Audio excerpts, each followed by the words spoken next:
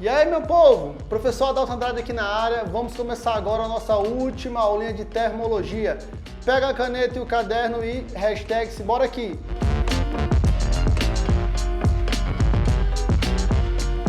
Bom, meu povo, então, vamos começar agora a última aula, fechando um ciclo hoje, tá certo?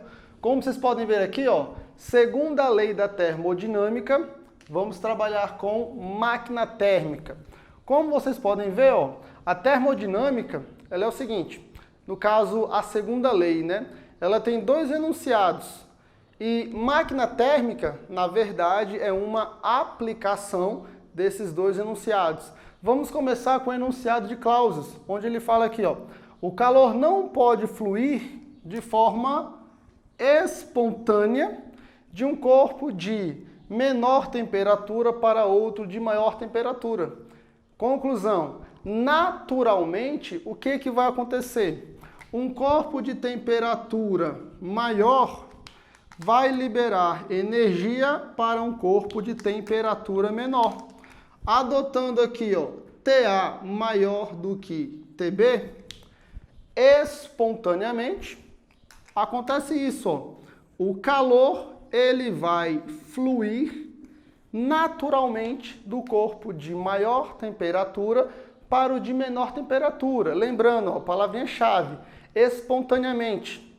Você pode ter também um processo forçado, que é você forçar a energia passar de um corpo de menor temperatura para um de maior temperatura. Esse processo você trabalha em refrigeradores, né? Geladeira, ar-condicionado, esses são exemplos dos refrigeradores. Então vamos aqui, Lembrando, calor passa de forma espontânea de um corpo de maior temperatura para outro de menor temperatura. A aplicação que nós temos é uma máquina térmica. Qual é a função de uma máquina térmica? A função de uma máquina térmica é transformar energia térmica em movimento, em energia mecânica.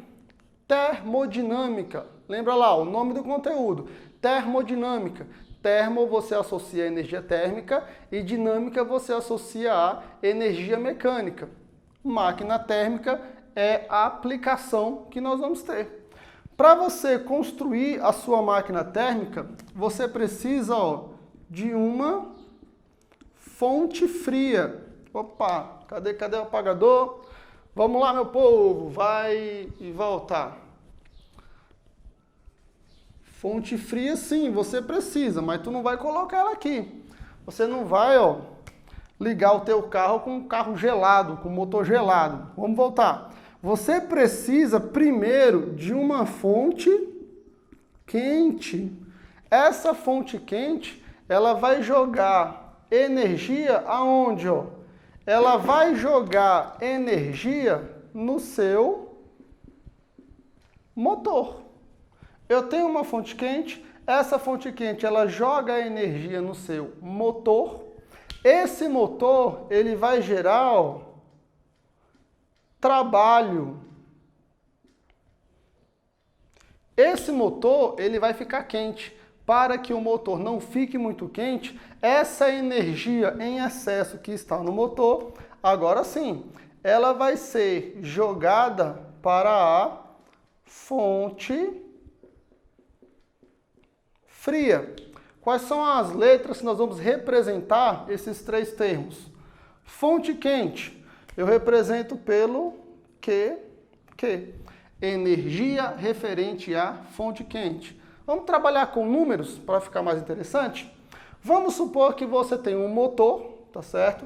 E o seu motor, ele está recebendo a cada segundo que se passa 300 joules de energia de quem? Da fonte quente. Essa energia, ela vai entrar no motor e esse motor, ele vai realizar trabalho. Lembra, a aulinha de trabalho termodinâmico, primeira aula de termodinâmica. Lá nós vimos o quê? Que trabalho é associado a movimento. Se existe movimento, existe gasto de energia. O motor recebe 300 da fonte quente, o motor realiza trabalho. Vamos supor que, para realizar o trabalho, o motor ele está gastando o quê? 50 joules de energia. Aí vamos lá, ó, seguir a lógica. Recebeu 300, utilizou 50. Está sobrando quanto? Bom, está sobrando 250 joules. Aí imagina, ó, se a cada segundo eu deixo o meu motor acumular 250 joules, esse motor ele vai começar a aquecer. Se ele aquecer demais, ele vai fundir o motor vai derreter, os pistões vão derreter. Para que o seu motor não derreta, o que acontece? Ó, aqui embaixo é adicionado uma coisinha chamada de fonte fria. Essa fonte fria vai pegar essa energia em excesso que está no motor e jogar para o meio externo. Nos carros, essa fonte fria vai ser o radiador, que o pessoal coloca água, né? Tem que manter a água no nível correto, para você sempre manter o seu motor com a temperatura equilibrada. Para finalizar, recebe 300, utiliza 50 e manda para o meio externo quanto? Ó, 250 joules. Lembrando, termodinâmica, nós trabalhamos com conservação de energia. Recebeu 300, utilizou 50 e foi mandado para o meio exterior, quanto? 250. A lógica, ó, fazer aqui um pouquinho maior. Energia é jogada para dentro do motor, tá ok? E essa energia que é jogada para dentro do motor, ela é dividida em duas partes. Uma parte vai para a fonte fria, e a outra parte é transformada em quem? Ó, a outra parte ela é transformada em trabalho. A energia que entra no motor ela é dividida em duas partes, trabalho e fonte fria. Sim, Adalto, mas e aí? O que vai ser pedido numa questão dessa? É pedido isso, ó, o cálculo do rendimento. O que é o rendimento? É a porcentagem da energia total que é transformada em trabalho. Em qualquer parte da física que você for trabalhar com rendimento, a fórmula geral é a parte útil dividido pela total, tá ok? A equaçãozinha, para este caso, vai ser rendimento é igual a 1 menos energia da fonte fria dividido pela energia da fonte quente. Em relação às unidades de medida, esses dois camaradas, eles podem aparecer em caloria ou então em joule. O negócio é os dois em caloria ou então os dois em joule. Essa letra N, obrigatoriamente, ela vai ser menor do que 1, tá ok? Então, o resultado dessa equação vai ser um número menor do que 1 e maior do que 0. Esse N vai ser menor do que 1, maior do que 0. Um exemplozinho rápido. Vamos supor que você encontre N igual a 0,2. O que 0,2 quer dizer? Multiplica por 100. 0,2 vezes 100 vai dar quanto? 20. Opa! O rendimento dessa máquina térmica vai ser de 20%, beleza? Então agora vamos fazer aquela mágica, vou sair da frente, vocês vão tirar aquele velho e bom print e bora reescrever a nossa lousa. Copinha aí, meu povo. Bom, acho que vocês já tiraram o print, né? Então deixa a mágica acontecer. Então, meu povo, simbora aqui, ó. Como vocês viram, nós trocamos o enunciado. Antes era o enunciado de Clausius, onde ele falava o quê? A energia, ela passa espontaneamente de uma fonte de temperatura maior para outra de temperatura menor, que foi aquele desenho que eu fiz da máquina térmica. Agora, nós temos um segundo enunciado para a segunda lei da termodinâmica, que é o enunciado de Kelvin Planck, onde ele fala que é impossível você construir uma máquina que funcione em ciclos termodinâmicos, né?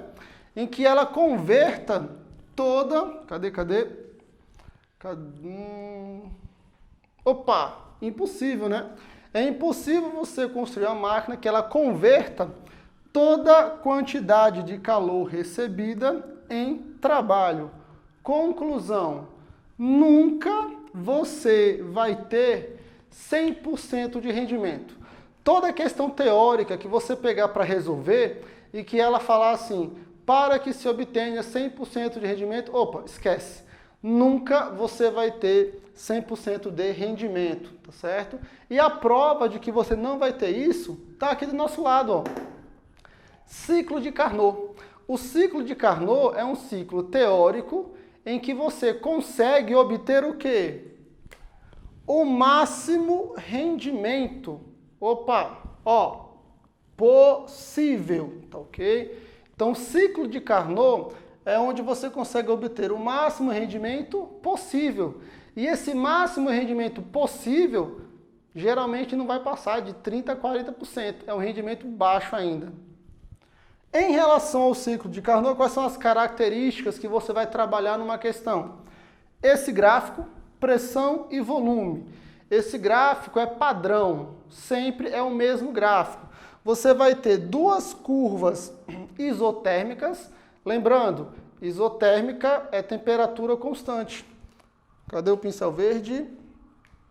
Essas duas curvas que estão de verde, ó, nós temos aqui a temperatura da fonte quente e aqui embaixo a temperatura da fonte fria. Temperatura da fonte quente, temperatura da fonte fria. E duas curvas adiabáticas. Essas adiabáticas, elas vão cruzar as duas isotérmicas. Repare, ó, de A para B eu tenho expansão, de B para C, expansão, de C para D, comprime, e de D para A, voltando, você comprime novamente. Adalto, tem alguma mudança nos cálculos? Um detalhezinho pequeno. Com o ciclo de Carnot, nós conseguimos extrair desse gráfico esse resultado aqui, ó, em que QF sobre QQ é igual a TF sobre TQ. Lembra daquela primeira equação do rendimento que nós vimos há alguns minutos atrás? Você pode apenas, ó, substituir. Você tira o QF e o QQ e coloca TF e TQ. Beleza? Em relação às unidades de medida, chave, ó, Kelvin. A temperatura da fonte fria e a temperatura da fonte quente, elas devem estar obrigatoriamente em Kelvin. Para você provar que não existe 100% de rendimento, olha para cá, ó. A única forma de você obter 100% de rendimento é quando a letra N é igual a 1. Para que essa equação, o resultado dê 1, tem que ser 1 menos quanto? 1 menos 0. Para essa fração dar um 0, esse TF tem que ser 0. 0 dividido por qualquer coisa dá quanto? 0. Opa, legal. Não, calma. Esse TF, para ele ser um 0, teria que ser 0 Kelvin. Aí você vai lembrar do zero absoluto. 0 Kelvin, ele existe teoricamente, mas você não consegue alcançar o 0 Kelvin. Por isso, nunca você vai ter 100% de rendimento, tá certo? Vou sair da frente para vocês darem aquela velha copiada e tirar aquele print.